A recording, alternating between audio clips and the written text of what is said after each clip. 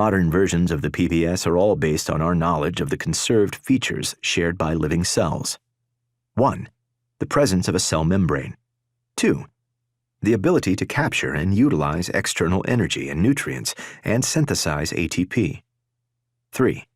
Enzymes and cellular metabolism that build up and break down organic molecules. 4.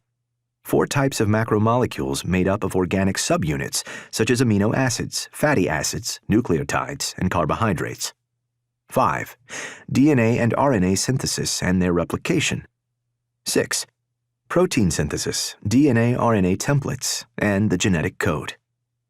In addition, neo-Darwinian theory is invoked to explain how simple self-replicating organic molecules and protocells could become more complex by means of random variation and natural selection, giving rise to prokaryotic and eukaryotic cells. What are some major milestones in the history of the PBS?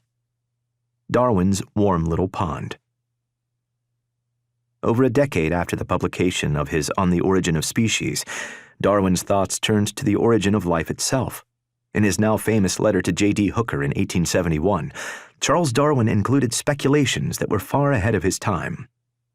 It is often said that all the conditions for the first production of a living organism are now present, which could ever have been present. But if, and oh, what a big if, we could conceive in some warm little pond with all sorts of ammonia and phosphoric salts, light, heat, electricity, etc. present, that a protein compound was chemically formed, ready to undergo still more complex changes, at the present day, such matter would be instantly devoured or absorbed, which would not have been the case before living creatures were formed. This was a remarkable flash of insight, considering how little was known in 1871 about the critical importance of amino groups, related to ammonia in proteins, and the phosphate backbones related to phosphoric salts in DNA and RNA. Darwin's focus on energy sources such as light, heat, and electricity, which can and do contribute to synthesis of complex organic compounds, was also brilliant. In essence, Darwin's warm little pond closely resembled the prebiotic soup idea that dominated research many decades later.